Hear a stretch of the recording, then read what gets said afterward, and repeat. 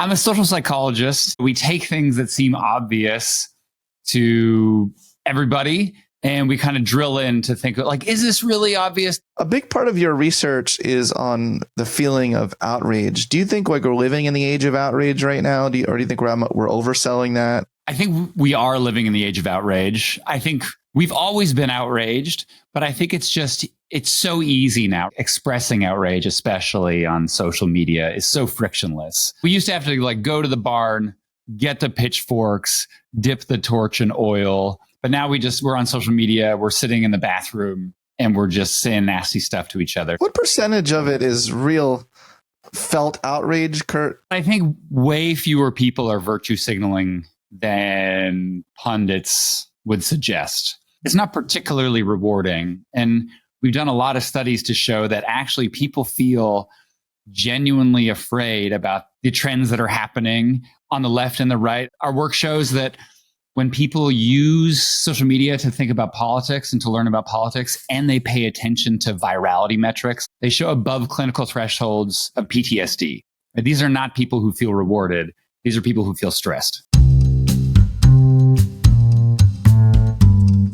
I'm Scott Barry Kaufman. And I'm Allison Reese. I'm a psychologist. And I'm an improv comedian. And using the affirmative powers of yes and, we're going to attempt to do the impossible. Mend our cultural and political divide. This might get awkward. Awkward. Today we're chatting with Kurt Gray, a professor in psychology and neuroscience at the University of North Carolina at Chapel Hill, where he directs the Center for the Science of Moral Understanding and the Deepest Beliefs Lab. He studies why we think what we think and why we fight about it. We'll dig into his new book titled Outrage: Why We Fight About Morality and Politics. We'll explore how moral battles start, what really fuels them, and how humor might help us cool the temperature. And then we'll play an improv game where Kurt bridges the iconic divides of our favorite stories from movies and TV. Yes, he really was good with his movie knowledge, wasn't he, Allison? He was really great. I'm adding him to my trivia team. Me too. Dr. Kurt Gray, welcome to This Might Get Awkward. Thanks for having me. We're so excited to have you here. I have this quote from you. You say, "My job is to make sense of moral disagreement and find ways to help people in conflict understand each other." Seems pretty important right now. Pretty important. Hard to do. Kurt, we're really excited to talk to you today on This Might Get Awkward. And part of this podcast is that we do a little bit of improv. We embrace a lot of comedy theory. And we have from you, we asked what your all-time favorite comedy bit is. So we have a little clip here. We're going to play a very quick segment from it. It's from a sketch that takes the popular kids show Paw Patrol and reimagines what it would be like if 6 puppies actually ran the entire rescue, fire, and police force in a town full of humans with human problems. We're going to hear a voting ad campaign from a group of concerned citizens calling for the removal of this Paw Patrol from their town. This is your favorite bit, right? Well, my favorite safe for work bit. I had a long list. Gotcha. And, this was not at the top of the entire list, but this is safe. The George Carlin 7 words you can never say or whatever. Yeah, mine too. Well, great. I think we're going to go ahead and watch that clip. Criminals and lowlifes are flocking here because they know there's only one cop patrolling our streets, and it's a dog. And there's only one firefighter, also a dog. So if there's 2 fires at the same time, someone's getting screwed, I guess? Who is in charge of this organization? A child? Yes! That is so funny. What about that is funny for you? One, I've got kids and they watch, trash TV. And so I like, just generally mocking the premise of kid TV. But, I'm a social psychologist. And what social psychologists do is, we take things that seem obvious to everybody and we kind of drill in to think like, is this really obvious? Does it really make sense? And so I think this Paw Patrol thing does exactly that, right? Kids are like, of course it makes sense. There's a superhero team of dogs and they save the world. And then I think what social psychology does and good comedy does is, take something that's a little bit strange and just take it ad absurdum, right? To this like extreme, like what would it really look like? And there's also some good gags at the very end. You cut it off, but it was like, yeah, my kids, like someone died in an accident and then Rubble, the construction dog, came to tell me about this tragedy. And then it was rubbing its like butthole across the ground, like, how dogs can do it. And so just the idea of what a dog is and what first responders should be is there's a disconnect there. Absolutely. Yeah, no, that's a really good recipe for comedy. It's taking like this weird thing we take at face value and taking it so literal and adding stakes to it, right? Comedy is a series of building tension and then releasing that tension. And what a fun way to do that there.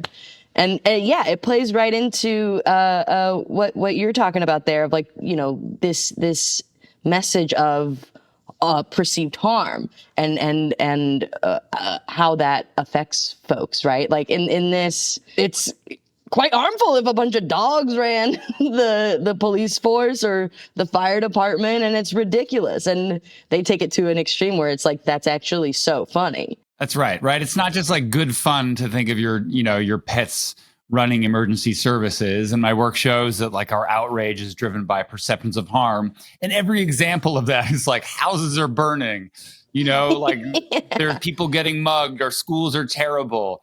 Right. And so there's all these trade-offs in life. And it turns out when you trade off all your public services to 6 dogs, bad things happen and people get pissed. I'm curious, through your lens of social psychology, what role does humor play in how we see ourselves and others? For me in my life, it plays a huge role.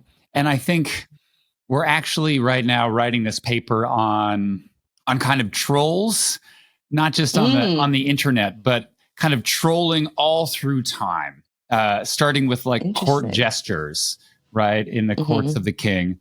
And comedians have had a really important and unique role throughout history of like revealing inconsistencies or injustices or just plain weird things through humor, right? You could get decapitated if you critique the king, but if you're the jester, you can get away with it, right? So humor is a real way of providing a force of change and introspection. That's a huge part of humor and comedy and history. That goes back to ancient Greece, right? It's, our first recordings of satire. It's huge. It does change the course of history, and it has the power to change minds or at least reveal things to folks. That's right. Yeah, I think social psychologists are in a unique position to see how absurd humans are, to reveal how absurd humans are. I mean, you must, look at some of the results from some of your social psychology experiments and just be like, this is just pure comedy right here. Totally. I was just talking about some of my research yesterday, Halloween themed, and I have a study with ghosts, getting people to believe that there's ghosts in the lab with them. And, it seems ridiculous, but humans are funny, right? Many people believe in ghosts. We celebrate, for Halloween, we celebrate things like the undead. And so humans are a funny species, and humor and psychology kind of highlights how we're quirky and, how we might think of ourselves and have a little less seriousness, right? We take ourselves seriously every day. And I think humor is important to think maybe we should lighten up and take ourselves less seriously. I mean, ghosts have a good sense of humor. I believe in ghosts, for the record. Awkward. Yeah. I will say I also believe in ghosts. And I feel like ghosts do have a good sense of humor. What makes you say that? I mean, they're always trying to like mess with us, right? And like, sure. They'll change, a little thing around to kind of drive us crazy. I feel like they're having a good time amongst themselves. I see. The ghosts that interact with us are just the pranksters of the undead. Yeah, that's right. Like the movie The Ring, where she climbs out of the television, to murder. It's just it's a harmless gag. Come on, it's a harmless gag. That's so funny. That's actually, I'm going to pitch that at my next sketch meeting. Ghosts are just pranksters. a big part of your research is on the feeling of outrage. Do you think like we're living in the age of outrage right now? Or do you think we're overselling that, compared to prior generations? I think we are living in the age of outrage. I think we've always been outraged, but I think it's so easy now, right? AI folks talk about frictionless things, and I feel like expressing outrage, especially on social media, is so frictionless. Right. It's so like we used to have to like go to the barn, get the pitchforks, dip the torch in oil, get our friends together and like march out to, Frankenstein's monster or wherever. But now we're on social media, we're sitting in the bathroom and we're just saying nasty stuff to each other. So I think it's much easier to express outrage these days, even if we've always felt it. Yeah. What's that phrase? Is it keyboard warriors or something of the like, of like you're protected by this veil of technology with your words in a way when you're trolling or when you're leaving hateful comments, things like that. What percentage of it is real felt outrage, Kurt, versus some sort of signaling in some way that you're outraged? Yeah, this is a big question, right? There's a lot of debates, and it's certainly true that, right, some people are signaling, like the virtue signaling, but I think way fewer people are virtue signaling than pundits would suggest, right? Like the rewards we get, it's not very rewarding. Like if I want to think of like the top 10 things I like to do to feel rewarded, being an anonymous rager on social media, saying terrible things about the other side or inciting moral panics, it's not particularly rewarding. And we've done a lot of studies to show that actually people feel genuinely afraid about the trends that are happening on the left and the right. I don't know, global warming, the erosion of democracy, right? Like undocumented immigrants coming, taking jobs, crime. I mean, we can talk about how much these trends are real or inflated, but social media does inflate these trends. And when people read it, they're legitimately afraid. Our work shows that when people use social media to think about politics and to learn about politics, and they pay attention to virality metrics, like they're, social media users, they show above clinical thresholds of PTSD. These are not people who feel rewarded. These are people who feel stressed. Doom scrolling. Yeah, exactly. That is so interesting, too, to bring up the feeling is real. And it brings me to this point of like, feelings are valid, right? The way you feel, the way something makes you angry, that's real, that's valid. And it's what about the actions then after that? Are those valid? Are those real? Versus, the threats on the right versus the left of like, there's all this stoking, right? And some of it is like backed by data. Some of it is absolutely not, and it's how I'm concerned of how do we decipher that and how do we help people see, a real threat versus one that is manufactured to make you feel a certain way in the hopes you react in a certain way, That's right. And people are making so much money, like Twitter, Facebook, like these folks are making a ton of money about getting people terrified, getting people to express outrage, and then promoting those outrage posts to get other people afraid, to get them right. It's this terrible cycle. There's sources out there where you can look at more objective news. There's digests out. If you're looking for it, you can find it, but most people aren't looking for it. And this is why I try not to go on Twitter. And when I do, I just look at funny things, right? It's, again, comedy saving my life. Just look at gags. It's called X, Kurt. It's called X. Oh, that's right. That's right. Oh, God. Here's my pet theory about why consuming social media as we do is so terrifying and threatening. It's because we do it in positions when we as animals were evolutionarily most vulnerable, right? Yeah. Like if you see a dog pooping and it's like, it's worried, it's looking around, right? That's when we're consuming social media, right? When we're biologically threatened, or in bed, it's dark, right? We're like used to being like afraid of like what wolves in the forest. And we're like, I wonder what's happening in the world today, right? It's terrifying. And so I think we need to change how we're consuming social media and the kind of things that we're looking at. Well, but how does that explain the popularity of women in yoga poses on Instagram? Instagram has a totally different vibe than what you just said. When I go on Instagram, everyone's kind of building each other up. There's fitness, there's fashion, there's like the self-help people. I talked to a lot of people in the self-help space who are viral on Instagram. When they post on X, it's like silence, crickets. You're right. So it's like, it doesn't need to be what you just described. Absolutely right. Instagram, I'm on Reddit a lot, random subreddits about, building decks or flashlight. No one is like shouting vitriol on those platforms. And so you're absolutely right. You have to be an informed consumer there. Pick your poison. You touched on this a bit, but why are we so hardwired to perceive harm? You mentioned we're doing, the doom scrolling in places where we're vulnerable, right? But why do you think that we as a people are hardwired to perceive harm, to maybe not seek it out, but like when we see it, have these reactions, these really strong felt emotions? What is that doing? Yeah, right. Fixate on threats. I'm a scientist. We believe in evolution, and I think ultimately it comes back to our ancient history, our ancestors that were worried about threats, fixated on threats and how to solve those threats. They were more likely to survive and pass on their genes, right? If you're, back in the history books or ancient evolution, right, when we were hunted by saber-toothed cats, if your friend was like, you know what, I heard a twig snap in the forest, but it's cool, I'm sure everything's fine. That friend was more likely to get eaten than someone who just ran back to the village as quickly as possible.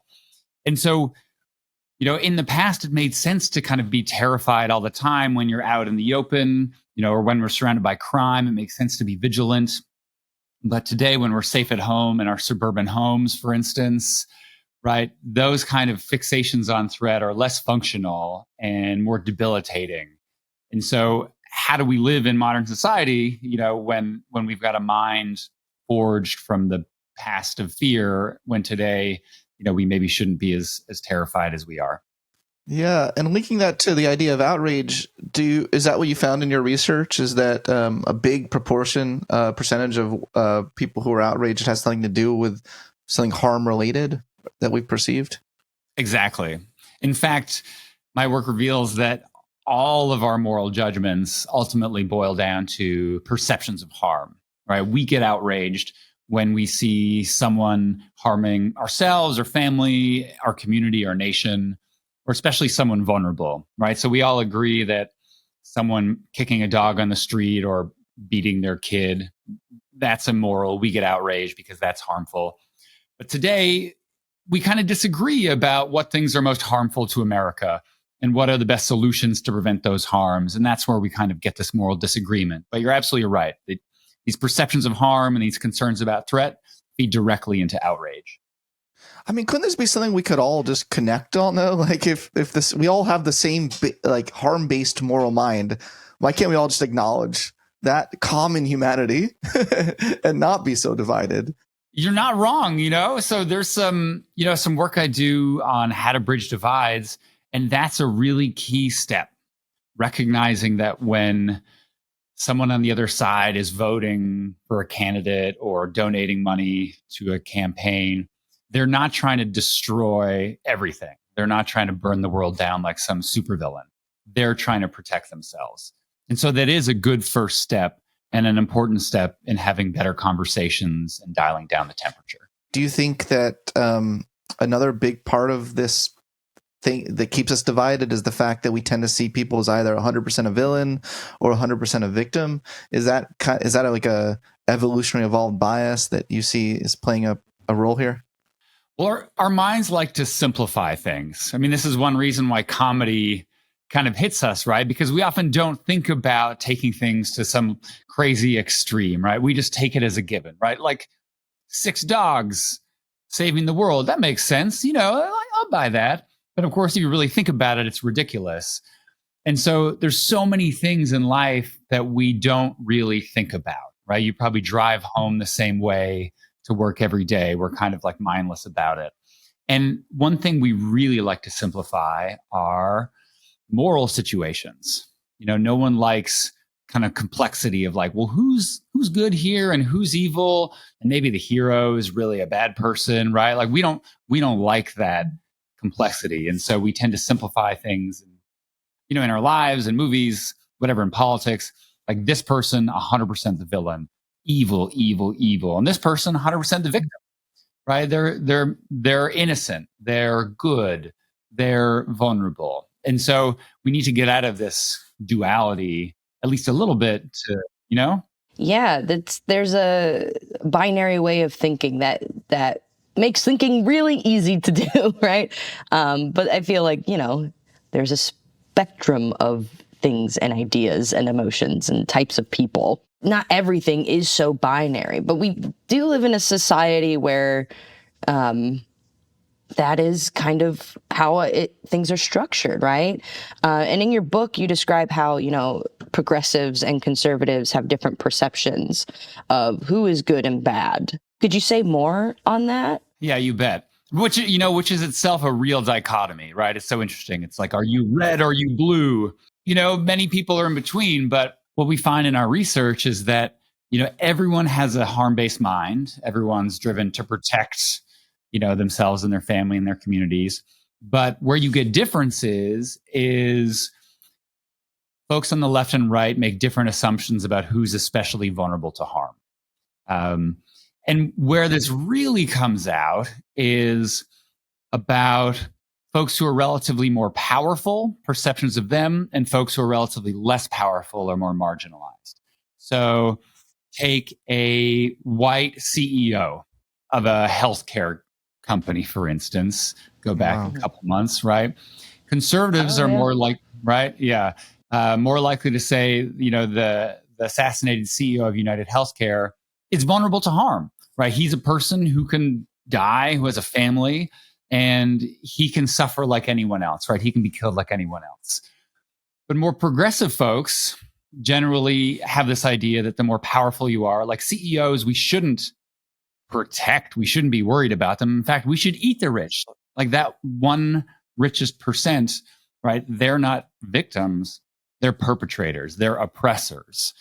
And that means that, for very strongly identified progressives, that, the vulnerable folks, like, I don't know, undocumented immigrants, trans folks, Muslims, those folks who we all agree are relatively outside the center of American society, a little more marginalized, they're really vulnerable for progressives, right? So progressives are like, here's oppressors and here's the oppressed, whereas conservatives are more likely to say, look, we're all born equal, we all have choices, we all have rights, and so let's not kind of like divide the world based on, groups, but let's just be a little more equal. And so there's some truth in both of those perspectives, but they really divide us, right? Black Lives Matter versus All Lives Matter.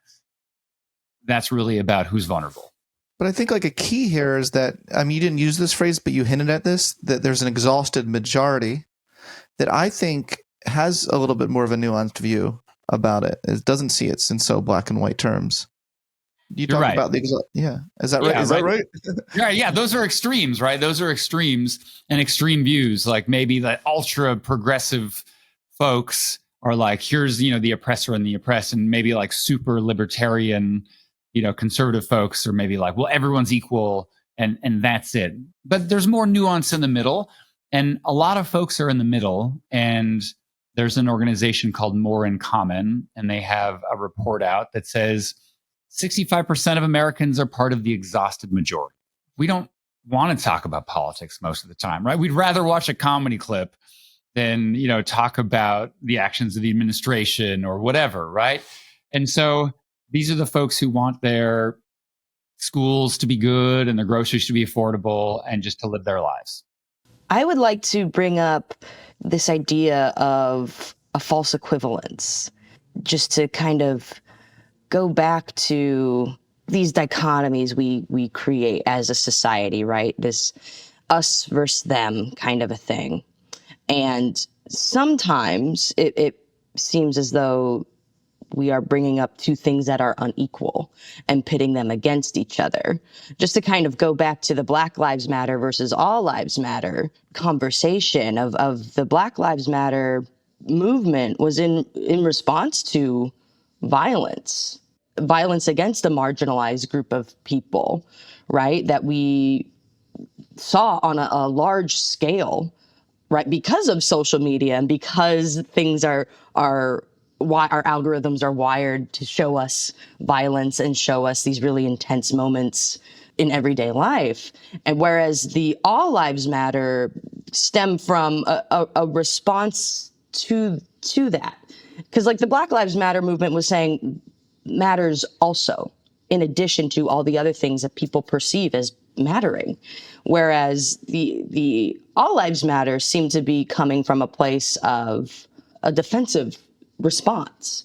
I see that as a false equivalence. I find that outrageous from my perspective, and somebody else might not see that. But that doesn't, I guess I would like to know, what are actionable ways we can move forward and recognize when things don't seem equal in our outrage? It's a great question. And it's a question I get often when I talk about bridging divides, right? And I think you bring up the great point earlier about, well, there's the statistical truth here, right? Like, who is harmed more? Who is more likely to be killed or injured? And we can look at the stats and we can figure that out. And that can, undergird arguments about like, well, what should we really worry about? But at the end of the day, our minds are really terrible about statistics. And we can debate about what statistics are most relevant, right? And really apply to the debate. So is a school shooter, if you're, does that demand gun reform? Well, if you're conservative, you might think it demands mental health concern, right? Because clearly people who shoot up a school are not mentally healthy. And so we can kind of go around in a circle forever about what we should do. And even putting that aside, if you are someone who wants to affect policy change and you want to build a coalition of people to vote for a policy or to change how America works, you need to meet people where they're at. So even if there is a false equivalency, at the end of the day, if you want to convince people to support Black Lives Matter, right, to change how the justice system works, then you need to figure out how conservatives are really thinking, and you need to meet them where they're at. And only then, I think, can you persuade them to kind of change their mind. But it's a great point. But pragmatically, I think you still need to kind of put yourself in their minds. Can we double click on the meeting a person where they're at thing? I feel like there's a lot to unpack there, especially when there's a conflict. When there's a legitimate conflict, meeting someone where they're at doesn't mean it. What is it? It means a lot with like what we're trying to do in this show, Allison, right? Like validation, but validation doesn't always mean agreement, right? So absolutely. Especially when, like you're on the receiving end of what you perceive as harm from another person, it makes it practically pretty difficult to meet someone where they're at. Like telling me when I was bullied all the time because I was in special ed as a kid, hey Scott, meet the bully where they're at. Like what does that mean on a practical level? Can we just like talk in tangible terms what that means, especially when you feel like you're on the receiving end of harm from someone? Absolutely. And it's so hard, right? If you feel like someone is against who you are, whether because of who you are personally or because of your race or your gender, right, or your sexual identity. And so I'm definitely not saying that people should be a doormat to bullying or to aggression.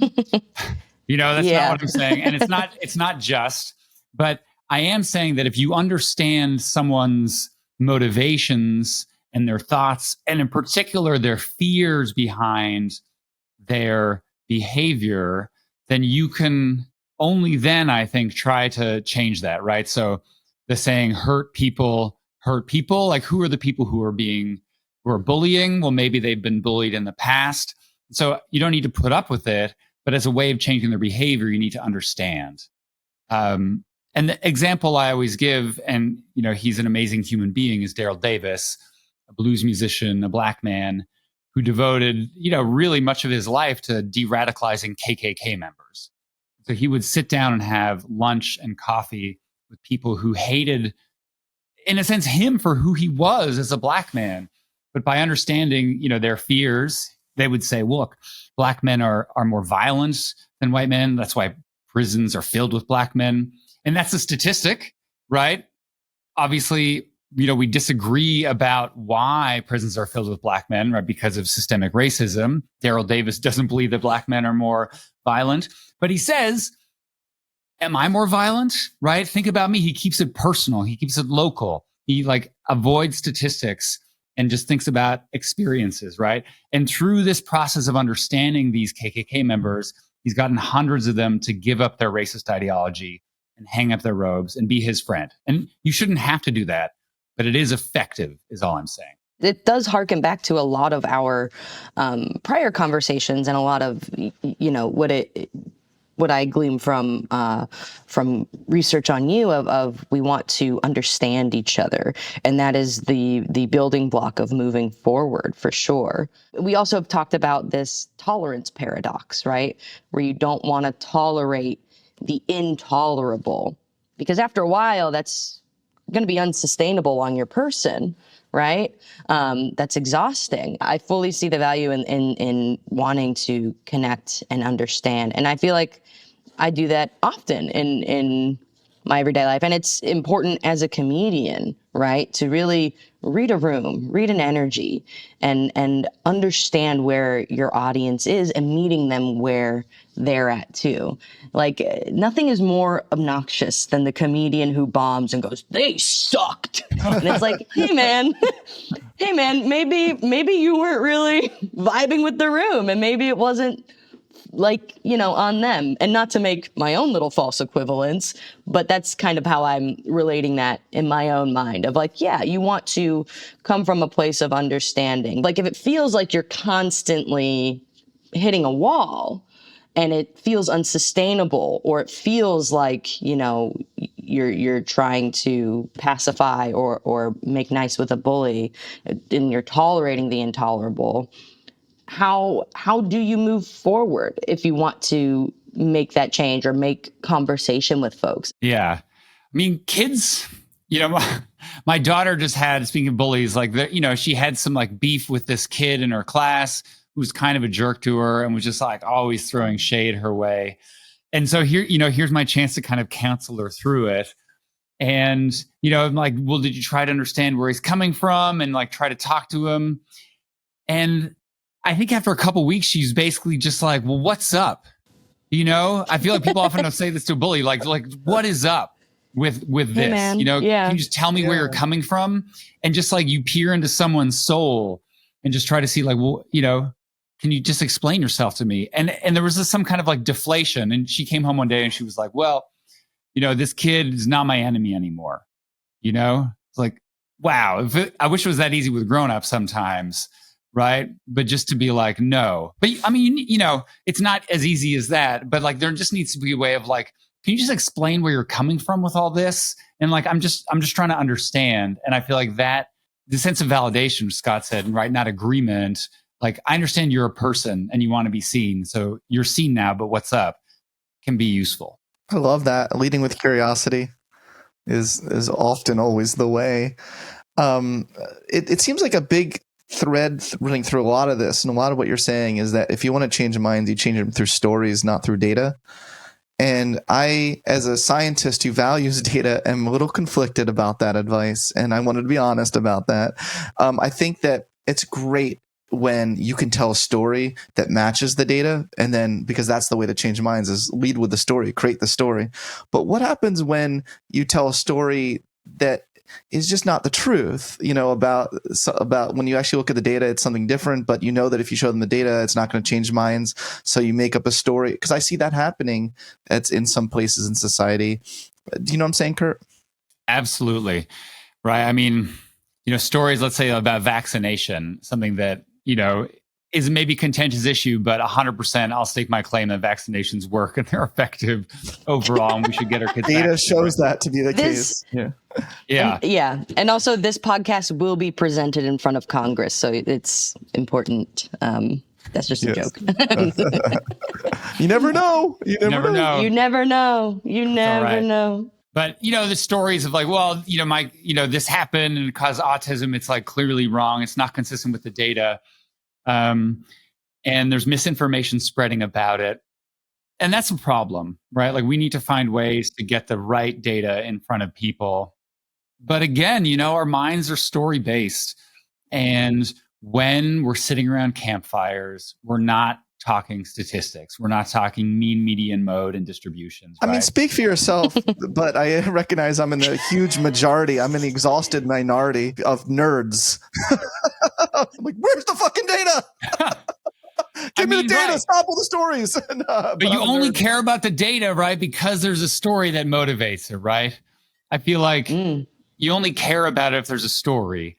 And I think, maybe this is where comedy comes in too, right? Of like, it gives like the emotional punch for us to care about the data.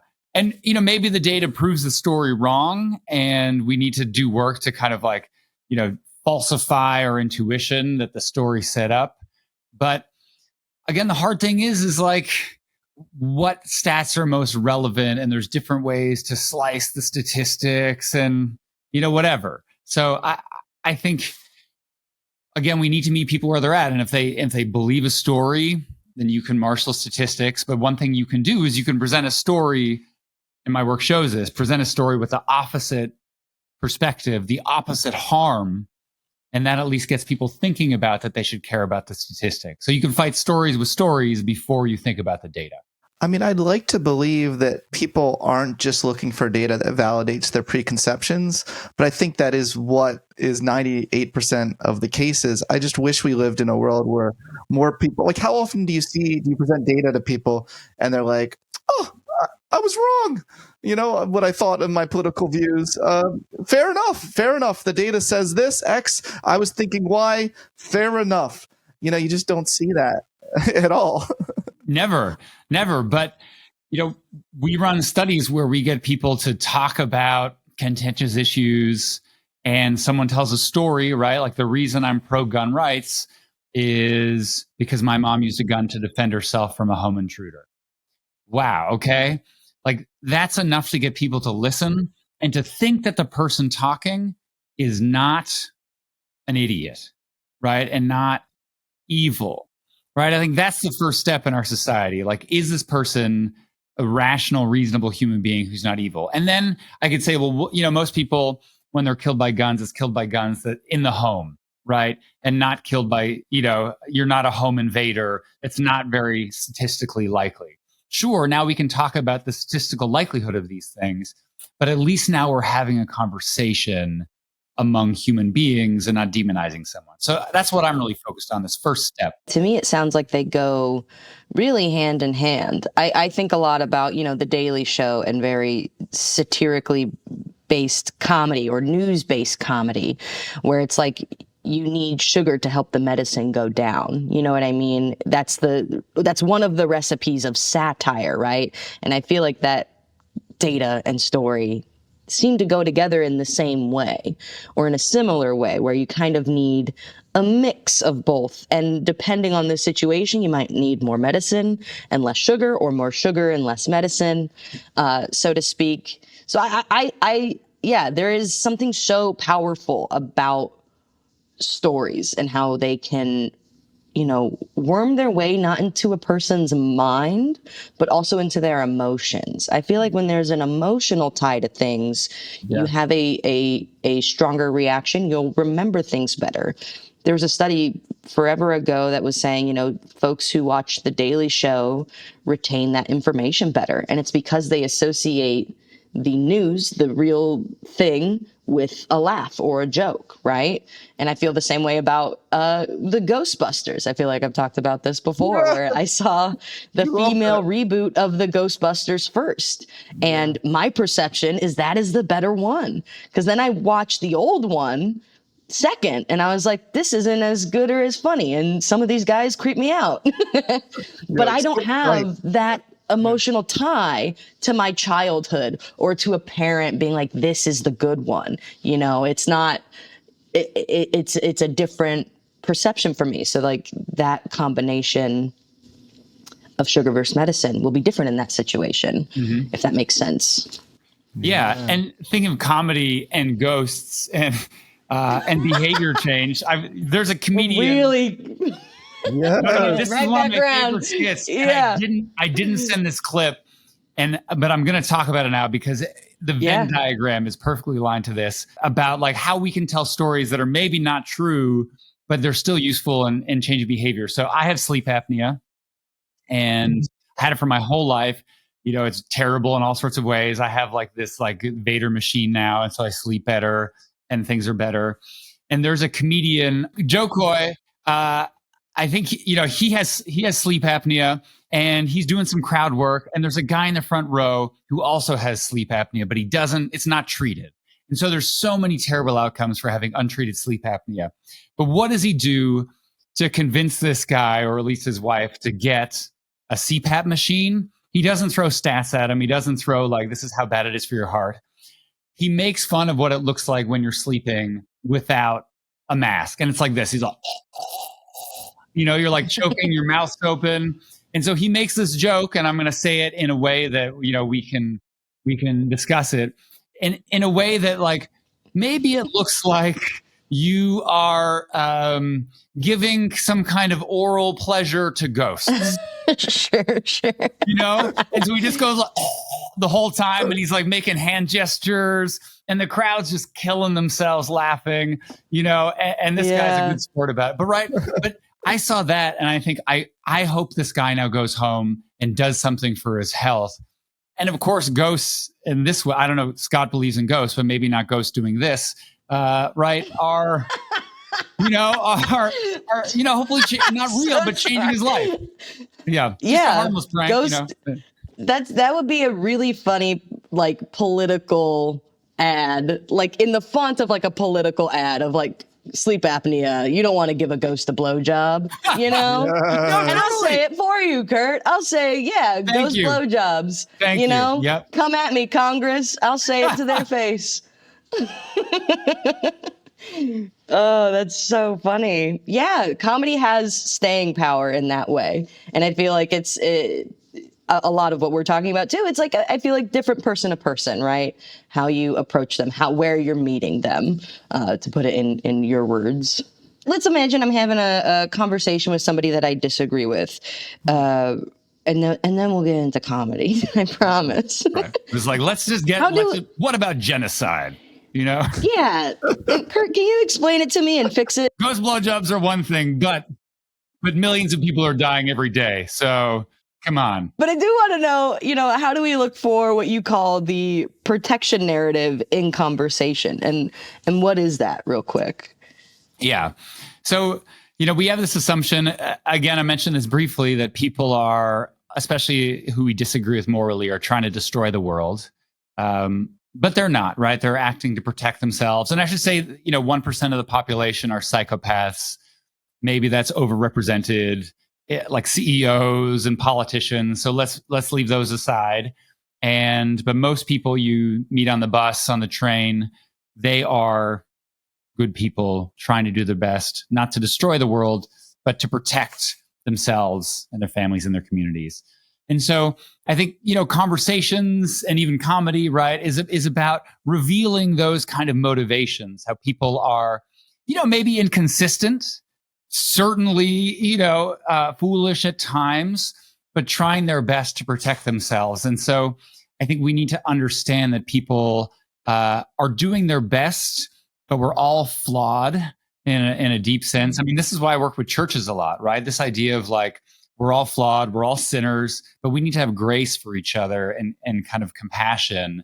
And, I think like comedy and churches are often, not the same Venn diagram, but I think they still kind of like have the same message and a deep message.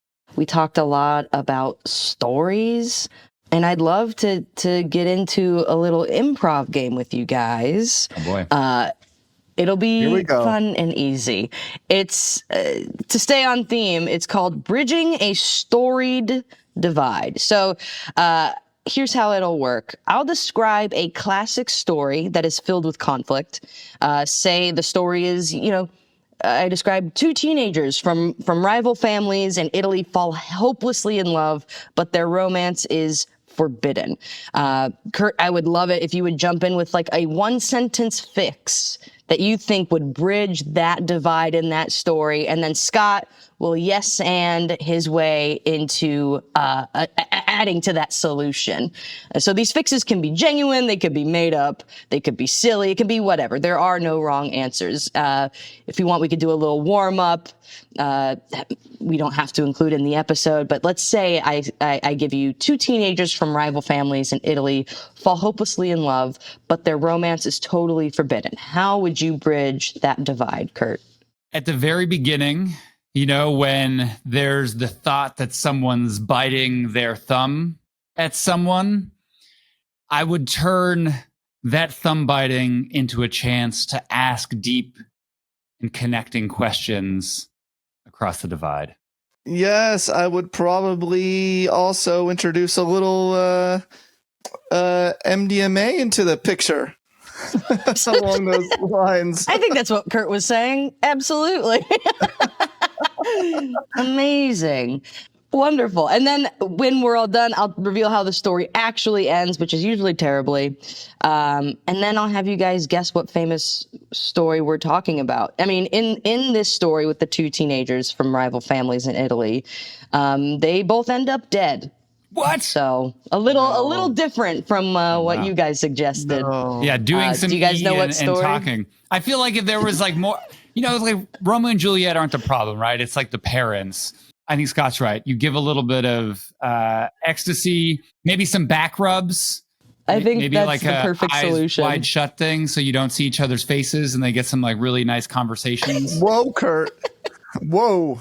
Amazing. All right. You guys feel like you got the gist of this little game here? Oh yeah, okay. Let's jump in. I have a few of these. All right. In a friend group, there are two people who are constantly on again, off again. And during one of the off moments, one of them hooks up with someone else. As it turns out, the other person didn't think they were on an off break at all. How do you bridge that divide between the couple?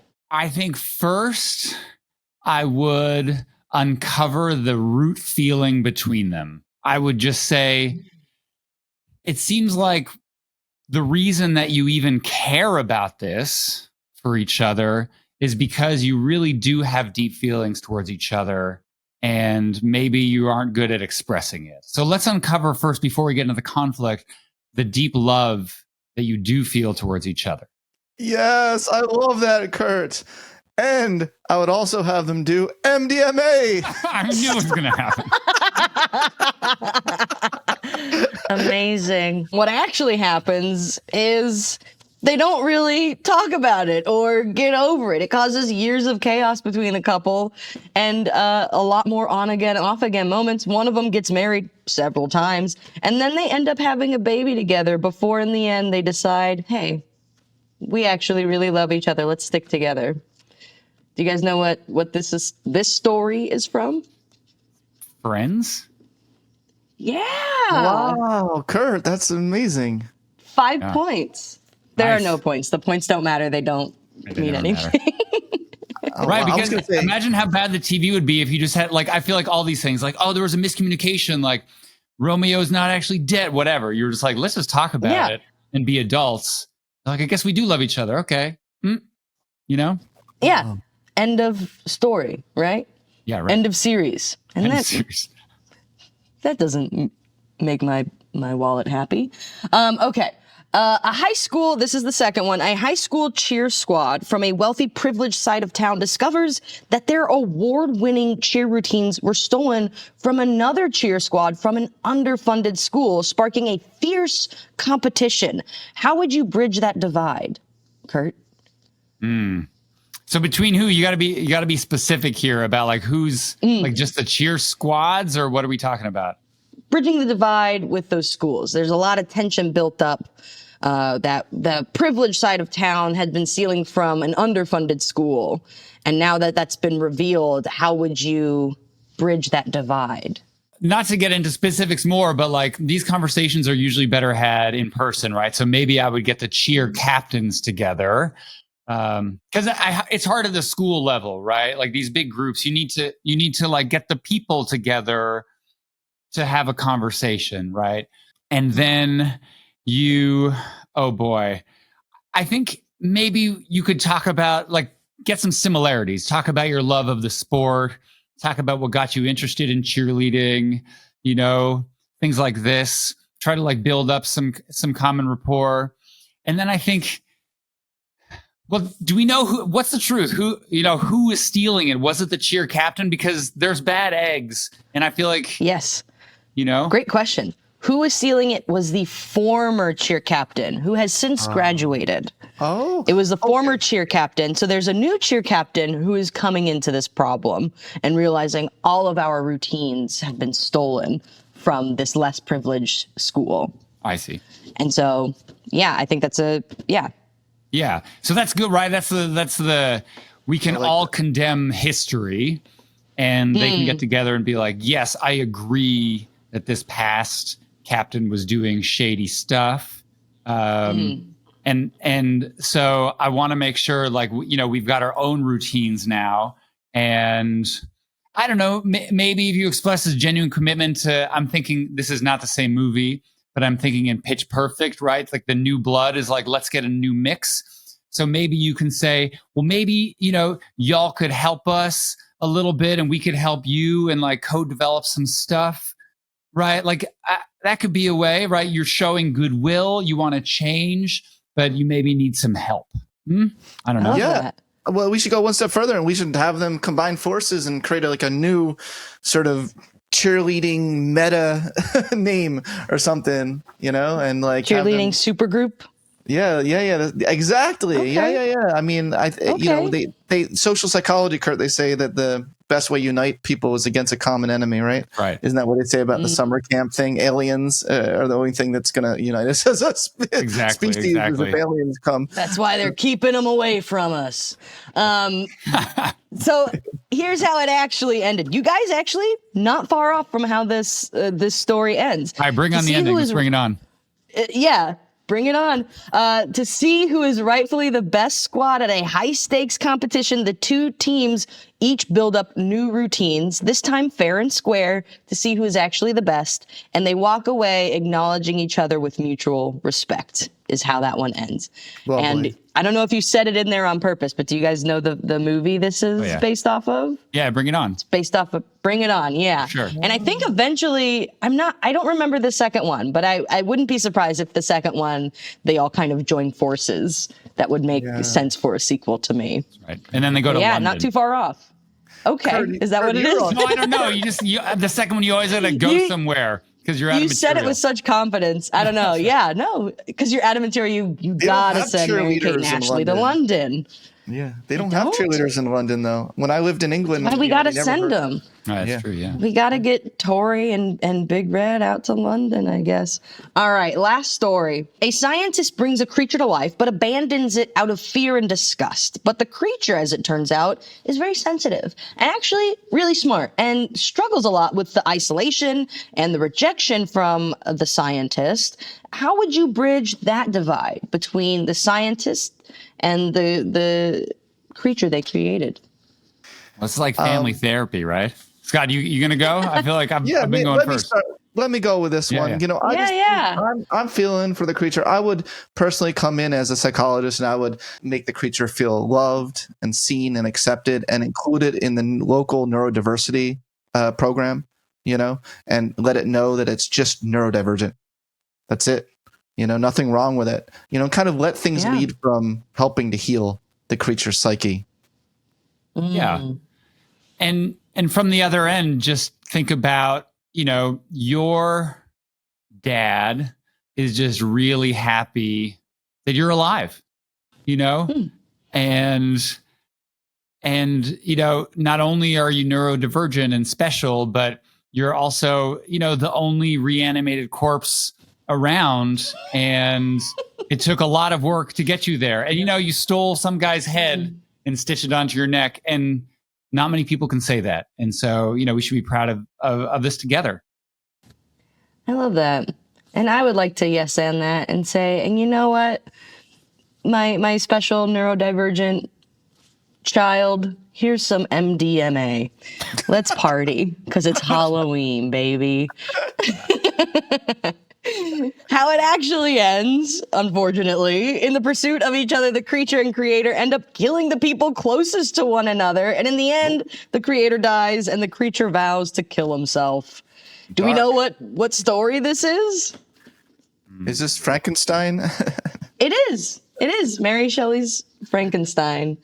Absolutely. I like our version a lot better. I love our version, and also you make me think of that classic clip from The Monsters, where the head of the household, Mr. Monster, what's his name? What's his full name?